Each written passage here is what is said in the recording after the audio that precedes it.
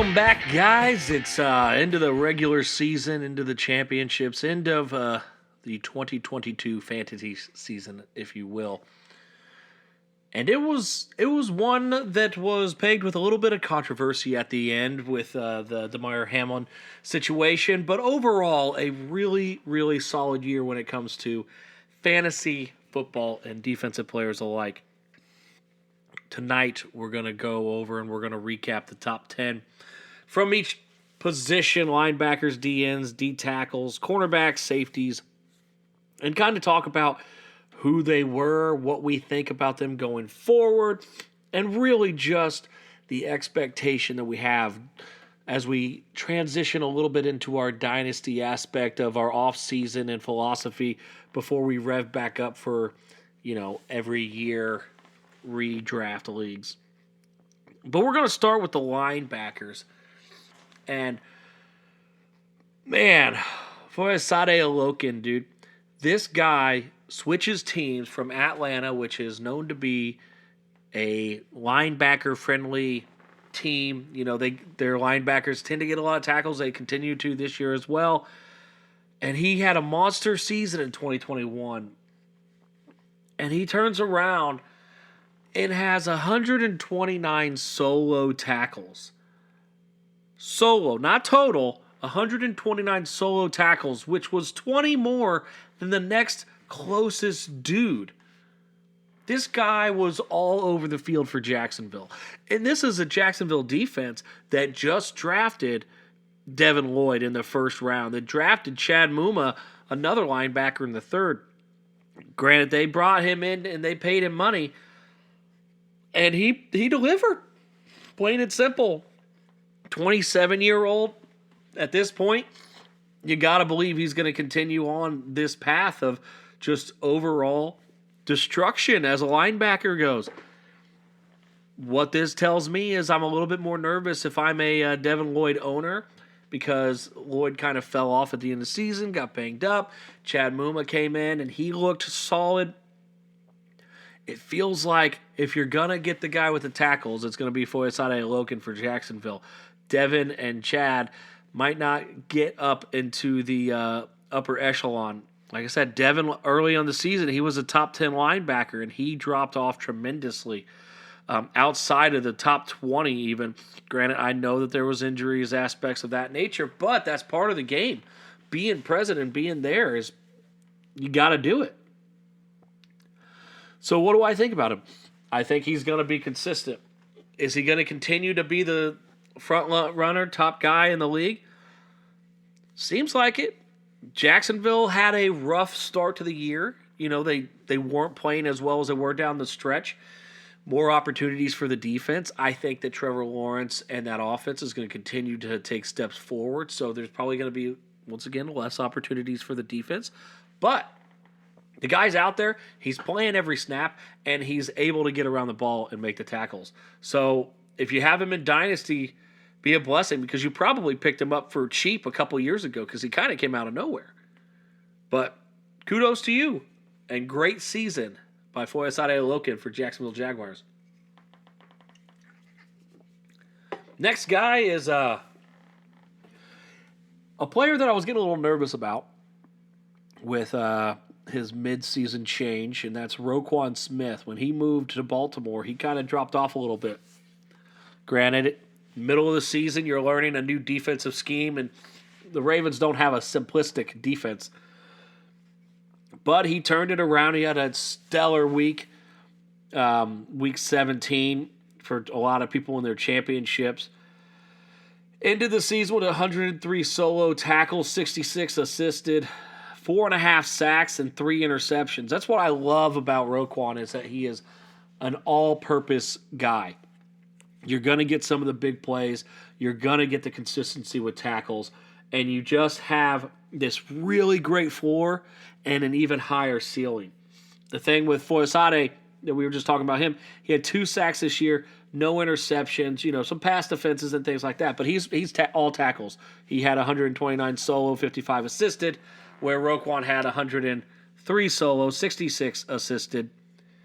You take a little bit of the tackles away, and you increase the sacks and the interceptions, just the opportunity of there. And he signed the deal with Baltimore, $100 million deal. Got to make Lamar a little bit anxious, but that means he's going to be in that Baltimore defense. Back into the season, as I said, he kind of took a little bit of a dip, but with that being said, he still came out strong, and I think with a full off season, he's going to be very, very strong for that Baltimore defense. The third guy on the list is one that we talked about preseason-wise, and that's Nick Bolton. 22 years old, and he goes out there and puts up 109 tackles, solo 69 assisted, 2 sacks, 2 interceptions, forced fumble, all over the field. The heart and soul of that Kansas City defense. Going to continue to be the heart and soul for that Kansas City defense for years to come. If you got him, you're happy because he wasn't one of the top linebackers coming out in his draft as far as, IDP rankings had it. But he's playing the way that everybody expected him to, and he's just an absolute monster on that defense. It's just great to see. I didn't expect him to be as good in the pass coverage as he has been, and they're just putting him in a situation to win. So obviously with Dynasty, you're getting a 22-year-old linebacker that's putting up a top 3 season. You're feeling really good about yourself.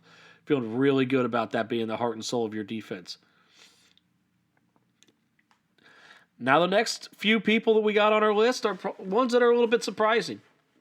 Zaire Franklin, the Indianapolis Colts, set a Indianapolis Colts record for tackles this season. He had 103 solos, 63 assisted tackles. Also added 3 sacks to that. He came in at the beginning of the season, he basically was taking over for an injured Shaquille Leonard, Darius Leonard, Shaquille Leonard. And then Leonard really never got going this season. He got injured immediately after coming back. But what I noticed, and hopefully everybody else did, is that when Leonard came back to play, he wasn't playing next to Bobby Orukhari. He was playing next to Zaire Franklin. Franklin has taken the number 1 spot on that defense. I don't think the Colts will stick with Leonard this offseason. Maybe they do, but they've got something in Franklin.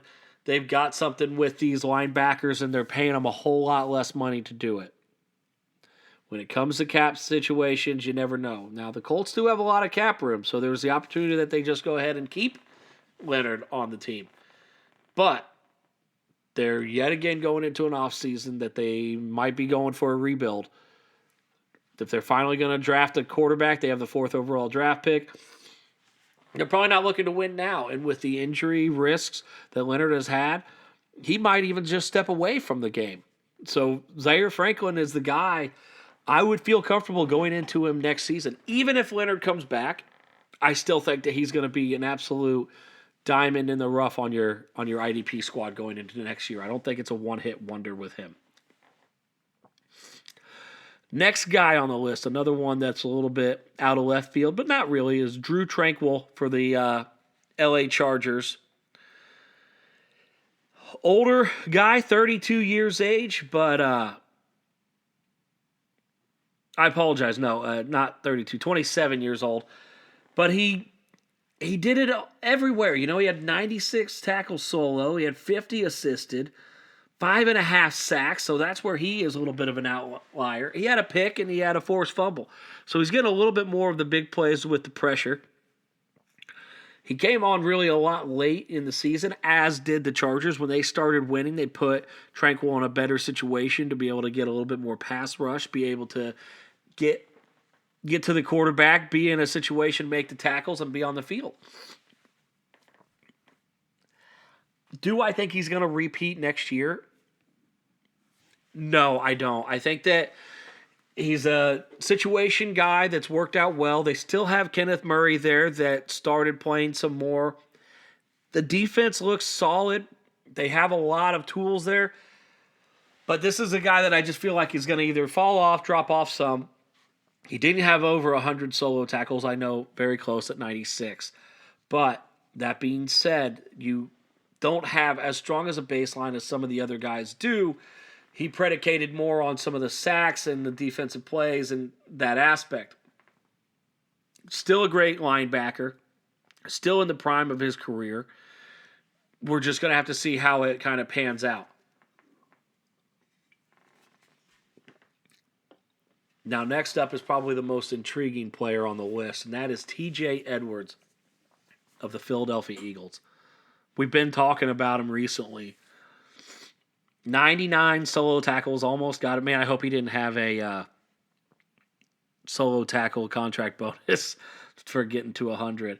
But 99 solos, 60 assisted, and 2 sacks and a fumble recovery. A guy that just went out there and was in the right place at the right time. Not a guy that is making exceptional plays, but that's not what they were wanting their linebackers to do. Their front seven was getting after the quarterback, and they needed the linebackers. They needed their middle linebackers, per se, to basically cover the D-line's tails and make sure that the coverage was working okay so they had an opportunity to get to the quarterback. Edwards was a run stopper. He was a coverage across the middle. He did everything that they needed to do. But he's on a 1-year contract with them. Could they bring him back? Sure. Absolutely they could. Or they could go with Nakobe Dean, who they drafted in the 3rd round and was expected to possibly be a first-round talent, but had some injury concerns. They've redshirted Nakobe this year. When he has played, he lit up the stat box. And the fact of the matter is that Edwards had a great season. He's in the top 10 linebackers as far as, stats go. Edwards is going to get money, and I don't think that the Eagles are going to be the ones that are going to give it to him. He's going to go somewhere. He's going to get that bag, and he's going to be good somewhere else, but he's not going to be this good. The big thing about the Eagles' defense is that they play their linebackers almost 100% of the snaps. Other places don't necessarily do that. So, in order for him to be successful, he is absolutely a volume play. And I don't think that going into next year, he's going to have that same volume play. Now, he's only 26 years old, so once again, he's getting into the prime of his career. The opportunities are there. I just feel more nervous about him as somebody that I feel stable about. If you're telling me, would you rather have Zaire Franklin or TJ Edwards? I think I'd rather have Zaire Franklin. And I might even make that trade. So there's that opportunity to do that and get somebody, once again, Franklin's a year. Actually, they're the same age. But I just think that the opportunity for Franklin is going to be better because I know the situation going into next year. I feel comfortable with that. So we'll see how that all pans out. But to me, TJ Edwards is the biggest question mark in the top 10 going into next season. Next on the list, after a roaring end of the season, honestly, is Bobby Wagner. Listen, I'll eat some crow on this one. I said he was going to fall off, and he did. He was top 3 last year, but top 10 still. I'm taking the L on this one. Early in the season, I was right though. Early in the season, and then they started losing a lot of games, and he was on the field a lot. But that being said, I said it before the season. He wasn't going to go over 100 tackles solo. He's at 83 solo tackles, 57 assisted. So that assisted number is higher than I expected. But the big thing with him, 6 sacks. That's where he made his points. And 2 interceptions. He has the most sacks of any of the linebackers in the top 10. And 1 less interception than Roquan did. Take this advice and look at that, where the consistency of the tackles, the high floor for the tackles for Bobby Wagner is not there anymore. I don't think it's going to continue to be there. So if you have to ask yourself, do you feel like Bobby Wagner is going to get 6 sacks next year as a 33-year-old linebacker in the NFL and throw on a couple interceptions there as well? My gut says no. Once again, Bobby roared up the points or the stat sheet at the end of the season. He got back into the top 10 where he wasn't at most of the year. Very inconsistent as far as that goes. But he also played. He didn't miss any of the games. So that helps when you're looking at overall points. Just a thought, just considering that, and think about where we're at going forward into next year. But I will eat crow on this season because Bobby Wagner did finish as a top 10 linebacker. Coming in next, when we're talking about older linebackers, at age 30 season, C.J. Mosley. 98 solo, 61 assisted. Had some tackles for loss. He had an interception. And he had 1 sack. So we know what C.J. Mosley is, especially at this point in his career. He is a tackle guy. He's going to get the tackles. He's going to clog the middle, and he's going to do what needs to be done. He played all 17 games, which helped him out. He didn't have the explosive plays, but you were getting consistent points week in and week out with CJ. Once again, 30 years old. I think they want to start looking at rebuilding this linebacker core, but it was a top 5 defense under his, leadership as the middle linebacker. I would feel good about having C.J. Mosley on my defense at this point in his career still, because here's the situation that you're in with C.J. Mosley. You're not going to get much out of trading him. Bobby Wagner you probably get more for because of the name value, I think, holds a lot more than C.J. Mosley's does. C.J. Mosley missed those 2 years in a row when he was coming really great off of Baltimore and then left for the Jets. So he kind of lost that name value and that name recognition that everybody has him with, even though the last 2 seasons have been really good. That being said, he's just one of those guys that you have the consistency with. Yeah, if you look at him and Bobby Wagner neck and neck, he had 15 more solo tackles, but a few less assisted. I get that, and I get that, Bobby Wagner averaged a little bit more points this year, but the way that Bobby did it was much more inconsistent. Bobby Wagner probably cost you some wins this year. C.J. Mosley probably didn't. And I just think that at this point in his career, having that guy, if you're starting 3 linebackers, having that 1 out of 3 that is just the consistency and that you're not gonna get goose egged. You're not even gonna get less than 10 points. He's gonna get you that. He's a slot receiver for defense. That's the best way to put it. He's that PPR guy where you're getting the tackles and you know what you're gonna get out of him.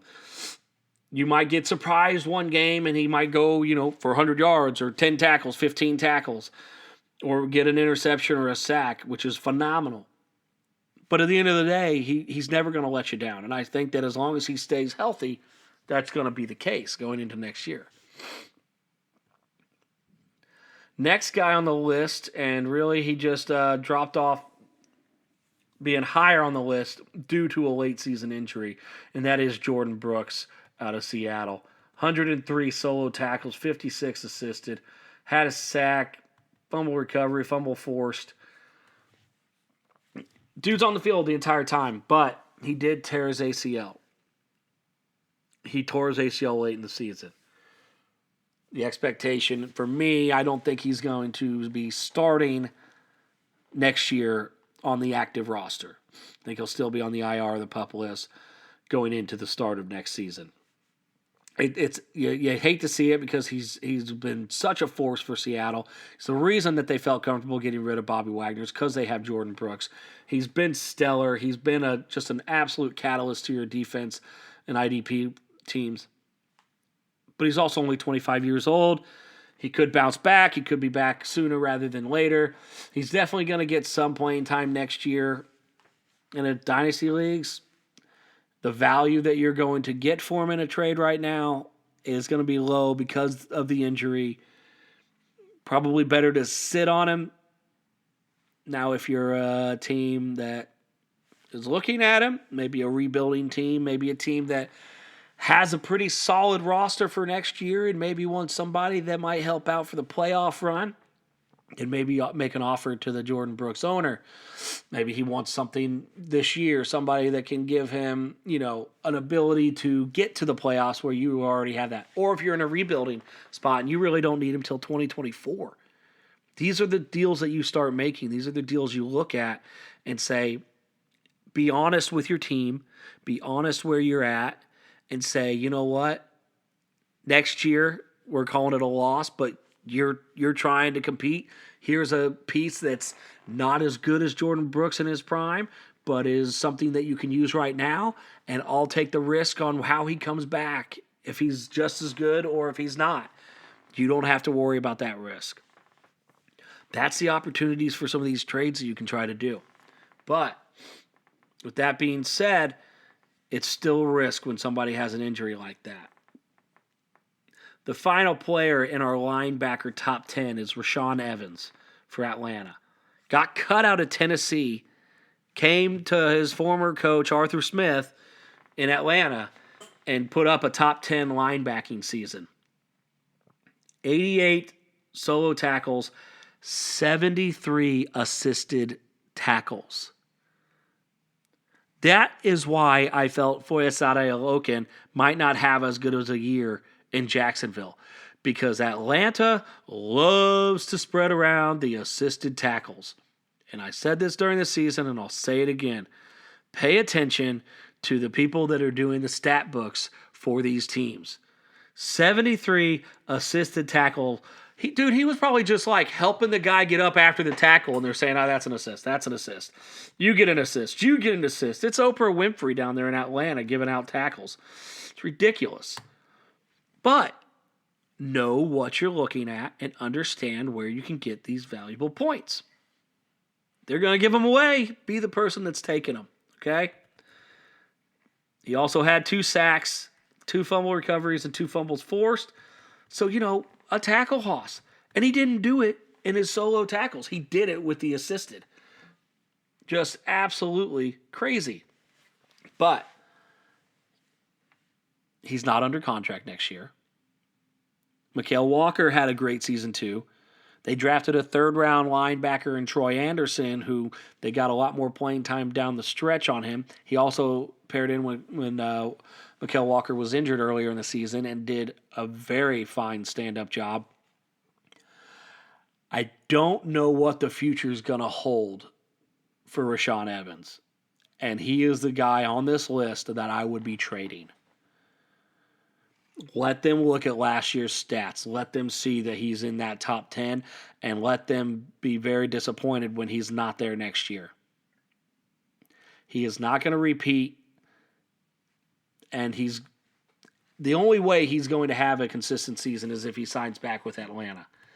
And me personally, I'd even be willing to trade him now, and before that contract even gets done, and just let the cards fall where they lie. Maybe you can hold on to him, and if he signs a big linebacker deal somewhere, they'll be excited about the money situation. But to me, push him now while it's fresh in people's minds. They look at the stats, and they're like, oh, wow, he was really, really good. And maybe they don't even realize that he's no longer under contract with said team. That's my thought process on it. That's where I think you should really look at it. Move on from him. All right, we're going to move to the top 10 defensive ends. Number 1, Las Vegas Raider, Max Crosby. He got paid last offseason, and he made sure that money counted. He put up 12.5 sacks, an interception, 3 fumbles forced, fumble recovery, but 58 solo tackles coming off your D end is a real nice way to see your stats tick up and tick up and tick up, along with 30 assisted tackles. The second most assisted tackles in the top 10, the most tackles. He wasn't the guy that had the most sacks. No, he was the guy that was always in on the plays, though. I see him continuing to be consistent. The nice thing about him is the tackle aspect. The For now, it seems like the coaching staff is going to stay the same. Looks like they're going to have a new quarterback coming to town. If they're more competitive in games, that'll give Max a better opportunity for the sacks. But you know that you have a nice baseline with him.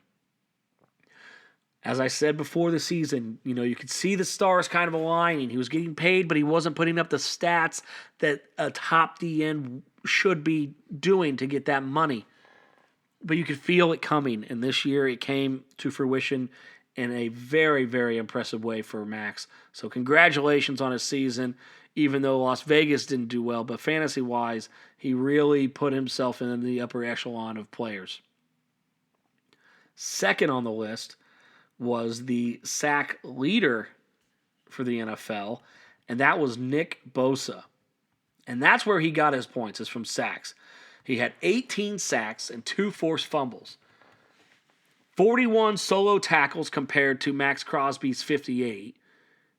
9 assisted tackles compared to Crosby's 30.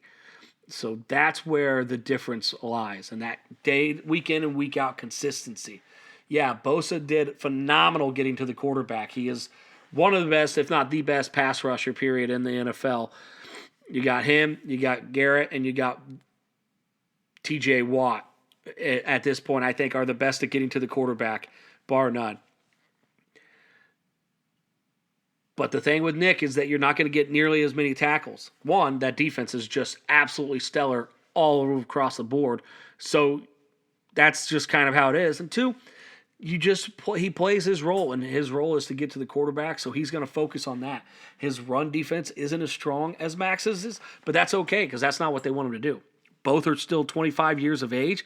Both still have phenomenal upside going into the NFL's next seasons and going forward. So these are two guys that, in my opinion, are pretty much untouchable. If you try trading for them, you better be coming with a whole lot, and you'll more than likely give up more than what you're going to get back. That's just where they're at right now.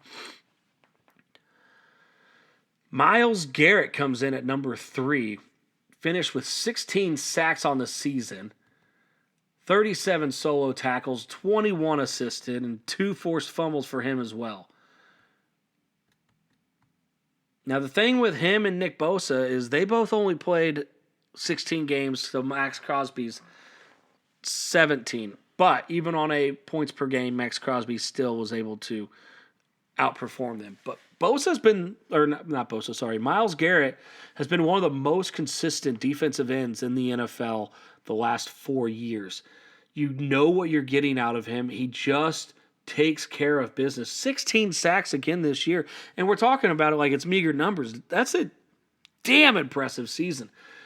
And it got him 3rd on the list, which is kind of crazy. But the fact of the matter is that he normally has a few more tackles on the run. And once again, Cleveland this year was not as competitive as people thought. They weren't Jacoby did a phenomenal job for what he was expected to do out of this situation. He took care of what needed to be done as best he could. But they weren't blowing teams out. They weren't putting teams in passing situations. But Garrett still got 16 sacks out of the whole situation. I expect him to continue these numbers, if not improve upon them next year. He's only 27, going to be going into his 28th year season. He's still in the prime. He's going to get it done. Next on the list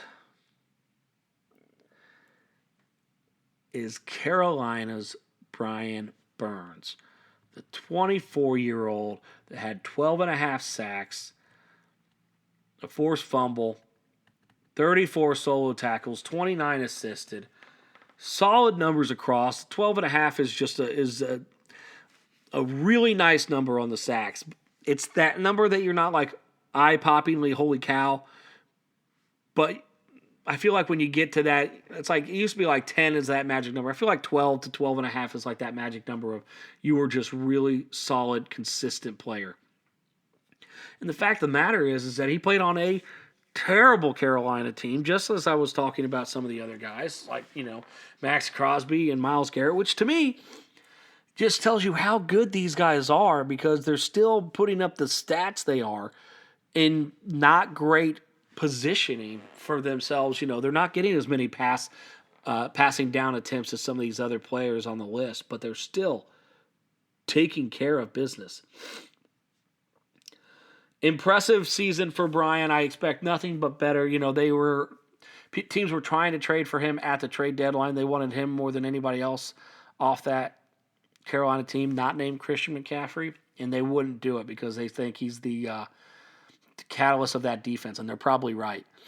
We'll have to just see how his career continues to project, but I think it's another top 5 season will be next year. 5th on the list, which is kind of crazy, Mr. J.J. Watt. 12.5 sacks. I don't think I even knew he had that many sacks. I know he kind of came on late in the season, but man, he finished with 12.5 sacks, 30 solo tackles, 9 assisted, a fumble recovery, fumble forced, and he played in 16 games. Everybody actually, except for Max Crosby at this point, has played in 15 games. Now, albeit there is a significant drop-off on points per game from Brian Burns to J.J. Watt. But, dude, 33 years old, went out there on a team, once again, a team that was not very successful, and he just did it. And I, for one, am sad to see J.J. go.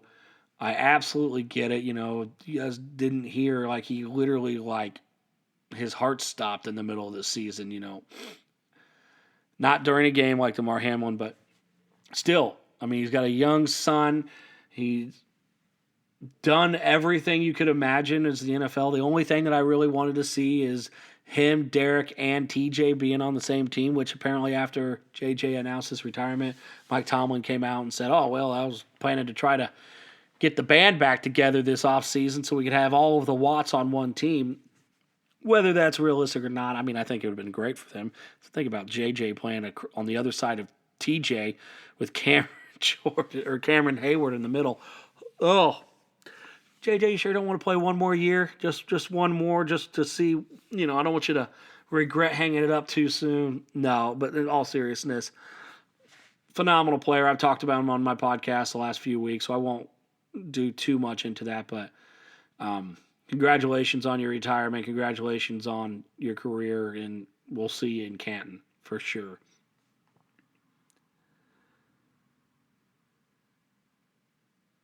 Number 6 on the list. Love to see it.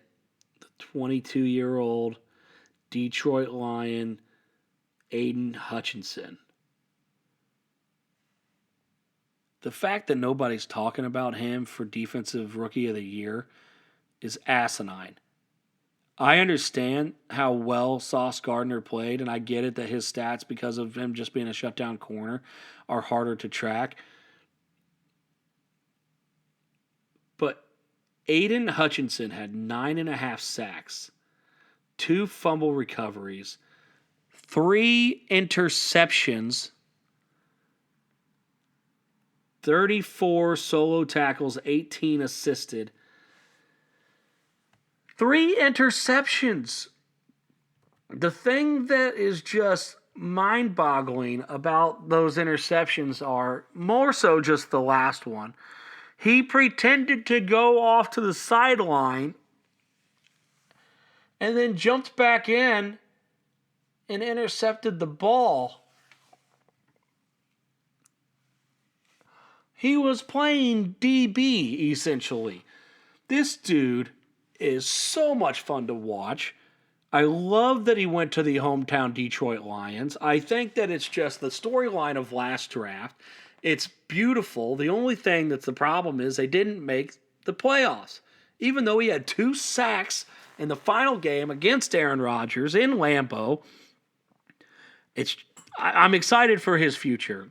I really am. He was the guy I expected the most out of the rookies. Him and Kayvon were kind of right there, but Aiden was the one because I think that his motor just doesn't quit. He just goes after the ball. He's the guy that if I had an IDP draft for rookies last year, and I needed a D end, I was going after Aiden. He was my guy. He was the number one dude on my board when it came to defensive ends. So I love to see him at number 6 on the list because that's just wild to me. Number 7 for the defensive ends is Josh Sweat out of Philly. We've been talking about him as of late. He came on kind of strong at the end of the season. He had 11 sacks, 29 solo tackles, 18 assisted, an interception, a touchdown on that interception, and a forced fumble. That Eagles defense has been absolute monstrous.